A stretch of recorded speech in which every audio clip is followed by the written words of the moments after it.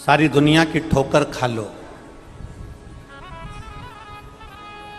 सारी दुनिया के हाथ जोड़ लो, सारी दुनिया से निवेदन कर लो और उसके बाद भी तुम्हारी दुख की घड़ी समाप्त नहीं हो, तब प्रयास करना। तुम्हारे घर में कोई गमला हो, कोई पौधा लगा हो,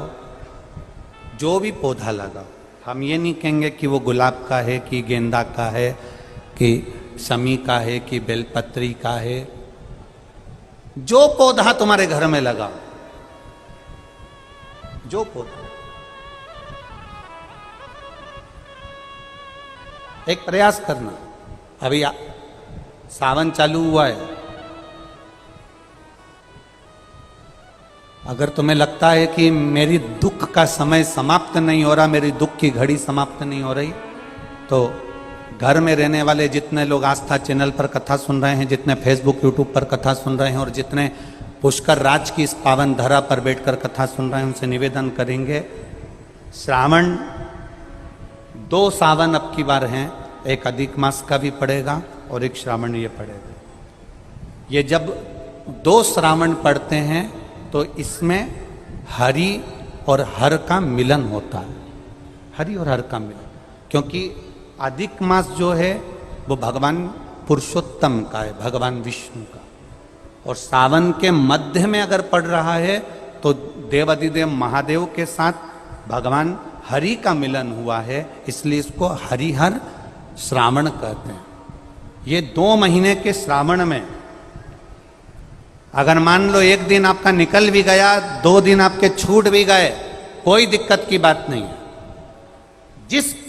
जो पेड़ तुम्हारे यहां लगा हो, जो पौधा तुम्हारे यहां लगा हो, जो वृक्ष तुम्हारे यहां लगा हो, जो क्यारा तुम्हारे यहां, कुंडी तुम्हारे यहां, उसी की मिट्टी को, उसी के पेड़ के नीचे, उसी पौधे के नीचे, उस मिट्टी को थोड़ा सा हाथ से उसको उठाकर एक लिंग की आकृति बना लें। उसमें जलाधारी बनाने की जरूरत नहीं, केवल लिंग की आकृति बनाकर उसी की पूजन वहीं कर कर पानी चढ़ाकर 15 से 20 मिनट बाद अपना काम करने के बाद उसी को उसी मिट्टी में विसर्जन कर दें, अपनी कामना कर कर। देवाधिदेव महादेव 2 महीने के बाद क्या देगा ये वही जान सकता है। वो क्या प्रदान करेगा ये उसके ऊपर।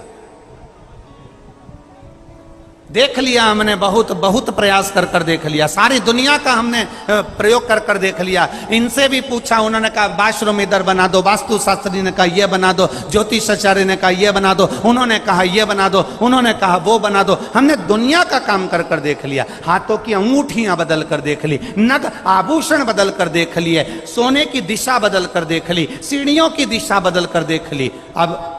जब सारी दिशा बदल कर देख ली, सारा काम कर कर देख लिया, उसके बाद भी अगर हमारी ग्रह दशा नहीं सुधरे, हमने सबके दरवाजे जाकर देख लिया, देवी देवता उनके भी धोख धोख के देख लिया, पर जब भी अगर हमारी दशा ना सुधरे तो फिर कहीं मत जाना, महादेव के चरणों में जाकर बस उसकी आराधना में लग जाना, फिर वो संभाल लेगा। जितने लोग कुबेरेश्वर धाम पर आते हैं, हम उनसे कहते हैं कभी भी यहाँ पर आकर ये मत कहना कि मेरी गाड़ी, मेरा बंगला, मेरी जमीन, मेरी जायदाद। यहाँ तो झोली भी अगर खाली लाओ, 25 साल, 30 साल, 40 साल भी अगर शादी को हो गए और औलाद नहीं हुई है, तो उसके दरवाजे पर जाकर कहना,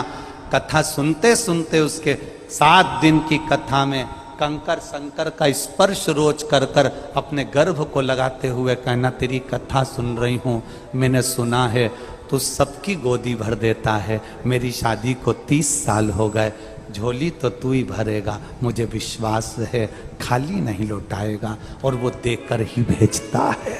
देकर। अगर कोई जिंदगी में आने के बाद अगर 1000 अश्वमेघ यज्ञ भी नहीं कर पाता, पृथ्वी पर आने के बाद में अगर मान लो कि हमने 1000 अश्वमेघ यज्ञ नहीं करे,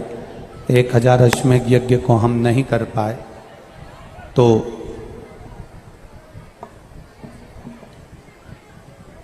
पद्म पुराण कहती है कि प्रयास करना, एक बार पुष्कर राज की भूमि पर आकर ब्रह्मा जी का दर्शन कर कर ब्रह्म सरोवर सुंदर सरोवर में स्नान कर कर भगवान की अविरल भक्ति को धारण करने का प्रयास करना। 1000 अश्वमेध यज्ञ के बराबर पुण्य ये पुष्कर राज की भूमि दे देती है, तीर्थों के गुरु की भूमि दे देती है।